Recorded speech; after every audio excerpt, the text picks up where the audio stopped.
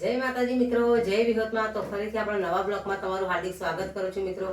તો અત્યારે તમારે નાની ઉંમરમાં જો સફેદ વાળ થઈ ગયા હોય, તમને સફેદ વાળની સમસ્યા બહુ રહેતી હોય અને તમે હેરાન પરેશાન થઈ જતા હોય, તમે મોંઘી ડાયલાઈન નાખતા હોય અને એનાથી તમને વધુમાં વધુ સફેદ વાળ થતા હોય, તમારા વાળ ખરવા માંડતા હોય, તમારા વાળની ગ્રોથ ના થતી હોય અને દિવસે ને દિવસે તમારા વાળ જો તૂટી જતા હોય, વાળના બે ભાગ થઈ જાય, માથામાં ઘણો ખોડો હોય, તમે કેમિકલ વાળી વસ્તુ લઈને નાખો છો, એનાથી જો તમને અવનવી તકલીફો થઈ જતી હોય, જેમ કે માથામાં ખંજવાળ આવી છે, આંખોએ સોજો આવી જવો છે, માથામાં એલર્જી થવી છે, તો આજે હું તમારા માટે ઘરે જ મસ્ત ને કે આવું આપણે જાદુઈ પાણી બનાવવાનું છે।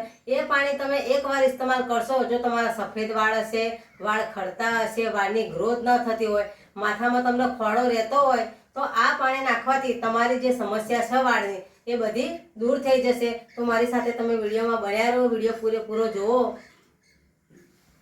વિડીયો પૂરેપૂરો જુઓ તો તમને ખબર પડશે કે આજે આપણે જે માથામાં નાખવા માટેનું પાણી બનાવવાનું છે એ કેવી રીતે બનાવવાનું છે, એમાં કઈ કઈ વસ્તુ નાખવાની છે એ પણ હું તમને બતાવી દઉં। પણ તમે વિડીયો પૂરેપૂરો જોશો તો જ તમને ખબર પડશે કે આજે આપણે જે માથામાં નાખવાનું પાણી બનાવવાનું છે એ કેવી રીતે બનાવવાનું છે, એની અંદર બીજી કઈ કઈ વસ્તુ નાખવાની છે। વિડીયો અધૂરો મૂકી દેશો તો તમને ખબર નહીં પડે। તો આપણે અહીંયા લઈ લીધો છે ગેસ।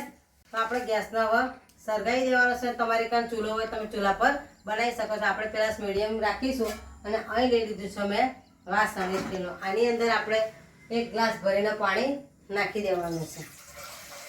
આપણે 1 ગ્લાસ પાણી નાખીને આની અંદર કઈ કઈ વસ્તુ નાખવાની છે એ પણ હું તમને બતાવી દઉં।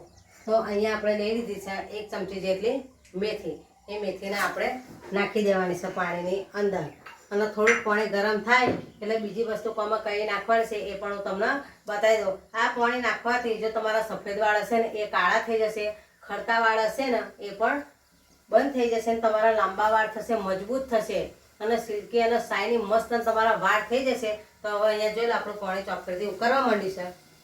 એની અંદર કઈ વસ્તુ નાખવાની છે એ પણ હું તમને બતાવી દઉં। તો અહીંયા મેં લઈ લીધી છે ચા।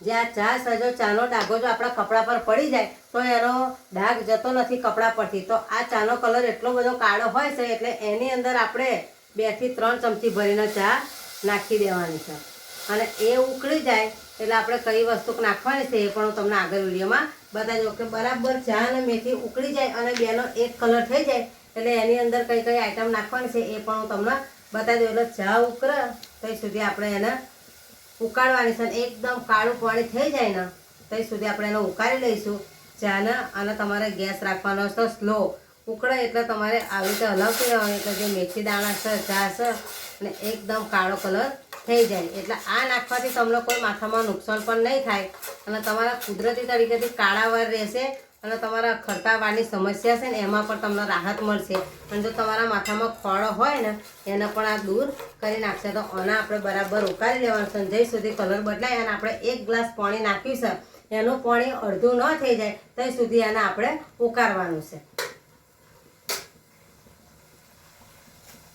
તો જો આપણું પાણી કમ્પ્લીટ એકદમ ઉકાળવા માંડ્યું છે, એની અંદર કઈ વસ્તુ નાખવાની છે એ પણ હું તમને બતાવી દઉં। તો અહીંયા મેં લઈ લીધો છે કોફી પાવડર। આ તમને 10-5 રૂપિયાની પડીકી મળી જાય છે। તો અહીંયા આપણે 1 ચમચી ભરી અને કોફી પાવડર નાખી દેવાનો છે। આ વાળમાં તમને સફેદ કાઢવામાં, જે તમારા સફેદ વાળ છે ને એ કાળા કાઢવામાં રાહત રહેશે। તો આપણે 1 ચમચી ભરીને મેથી આપણે જે કોફી પાવડર લીધો છે એને નાખી દઈશું અને બધાને મિક્સ કરીને ઉકાળી લેવાનું છે અને એક રસ થઈ જાય ને ત્યાં સુધી આપણે આની અંદર હલાવવાનું છે। જે આપણી મેથી દાણા, ચા પત્તી નાખી છે અને કોફી પાવડર નાખ્યો છે એ બધો અને તમને અહીંયા બતાવું જોઈ લો એકદમ કાળો મસ્ત કલર આવ્યો છે અને આને જઈ સુધી અડધું પાણી ના થાય ને ત્યાં સુધી આપણે ઉકાળવાનું છે।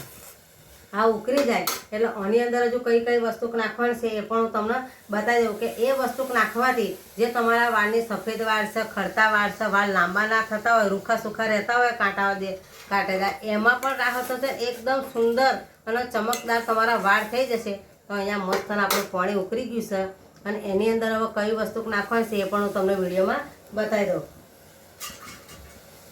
જો તમારા માથામાં ખોડો રહેતો હોય બહુ અને ખોડાના કારણે તમારા વાળ ઉતરી જતા હોય તો એના માટે આપણે લઈ લીધું છે લીંબુ। તો આપણે લીંબાની અડધી ફાંડ નાખી દેવાની છે। લીંબામાં વિટામિન સી હોય એટલે એના કારણે જે તમારા માથામાં ખરવડ હોય અને ઉંદરી બહુ રહેતી હોય, તમને બહુ જ ખંજવાળ આવતી હોય અને એના લીધે પણ તમારા વાળ ઉતરે, અવાજ છોડવું આપણે અંદર નાખી દેવાનું છે અને નાખી અને બરાબર આપણે આવી રીતે હલાવી દેવાનું છે. એટલે લીંબુ, મેથી દાણા, ચા પત્તી અને કોફી એ બધો મસ્ત એક કલર થઈ ગયો છે. જોઈ લો. આની અંદર હવે કઈ વસ્તુ નાખવાની છે એ પણ હું બતાવી દઉં. અને હા, એક વાતનું ધ્યાન કે અત્યારે મારે ખરતા વાળની સમસ્યા છે, એના કારણે મેં સ્ટીલના વાસણમાં પાણી બનાવ્યું છે. પણ જો તમારા સફેદ વાળ હોય ને તો તમારે લોખંડની જ કઢાઈ લેવાની છે. લોખંડની કઢાઈમાં આયરન હોય ને એ તમારા સફેદ વાળને દૂર કરી નાખશે. એટલે તમારે લોખંડની કઢાઈમાં બનાવવાનું. અને જો તમારા વાળ ખરતા હોય, વાળ વધતા ના હોય ને તો તમે સ્ટીલના વાસણમાં પાણી બનાવશો ને તો એનો વાંધો નહીં આવે. હવાની જોઈને મસ્ત આપણું પાણી ઉકળી ગયું છે એકદમ અને થોડુંક થઈ ગયું. આની અંદર એક વસ્તુ કઈ નાખવાની છે એ પણ હું તમને વિડીયોમાં બતાવી દઉં. તો અહીંયા આપણે હવે એકદમ પાણી અડધું થઈ ગયું છે. હવે આપણે ગેસ કરી દેવાનો છે બંધ. અને આની અંદર હજુ એક કઈ વસ્તુ નાખવાની છે એ પણ હું તમને બતાવી દઉં. કારણ કે આ પાણી ગરમ છે ને એટલે એની અંદર નાખવાનું, આપણે ઉકળતા પાણી નાખવાનું નથી. તો અહીં લઈ લીધો છે મેં આમળા પાવડર. તમારા આમળા પાવડર તો ખાસ આની અંદર નાખવાનો છે અને ક્લિપ નથી કરવાનો. આ આમળા પાવડર નાખશો ને એટલે તમારા વાળ તેજીથી વધવા મળશે અને તમારા વાળ મજબૂત થઈ જશે. એટલે અહીંયા આપણે 1 ચમચી ભરીને આમળા પાવડર નાખી દેવાનો છે. પણ તમારે ગેસ બંધ કરી દેવાનો છે અને પછી નાખવાનો. ચાલુ ગેસે નાખવાનું નથી. આપણે ગરમ પાણી હોય ને એની અંદર તમારે નાખી દેવાનું છે. 1 ચમચી ભરીને મેં આમળા પાવડર લઈ લીધો છે. એને નાખીને આપણે બરાબર હલાવી દેવાનું છે. ગરમ પાણી છે એટલે એની અંદર મિક્સ થઈ જશે.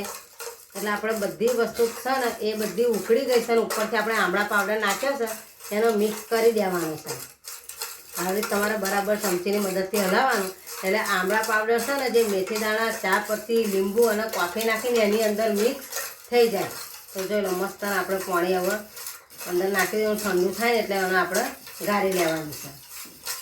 પાણી થઈ ગયું છે કમ્પ્લીટ અને આપણે ગાળી લઈશું ગળણીની મદદથી. તો આવી રીતે એક વાસણમાં જે આપણે બધું પાણી બનાવ્યું છે એને બધાને આપણે ગાળી લેવાનું છે.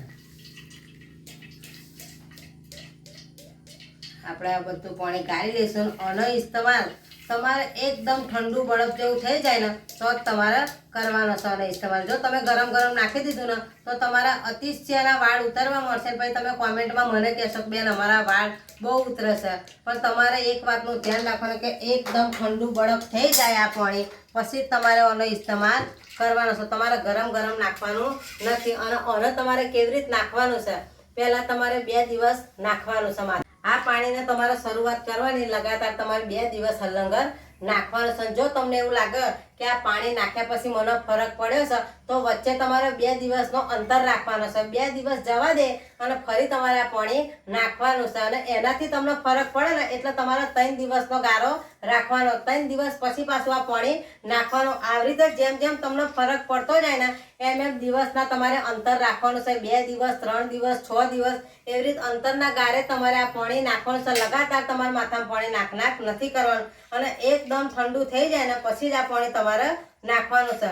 કે આની અંદર આપણે ચા પત્તી લીધી હતી, કોફી, આમળા પાવડર એવું લીધું હતું એના લીધે તમારા વાળ સફેદ હશે ને એ પણ કુદરતી તરીકેથી કાળા થઈ જશે. તમારા વાળ લાંબા થશે, એકદમ ચમકદાર થશે. તો એકવાર આ પાણી બનાવીને તમે જરૂરથી નાખજો. આનાથી તમને કંઈ નુકસાન નહીં થાય. તો આવા જ વિડીયો જોવા માટે મારી ચેનલને સબસ્ક્રાઈબ કરજો, સપોર્ટ કરજો. ફરીથી મળીશું એક નવા વિડીયો સાથે. ત્યાં સુધી બધાને જય વિહોતમાં. Bye bye.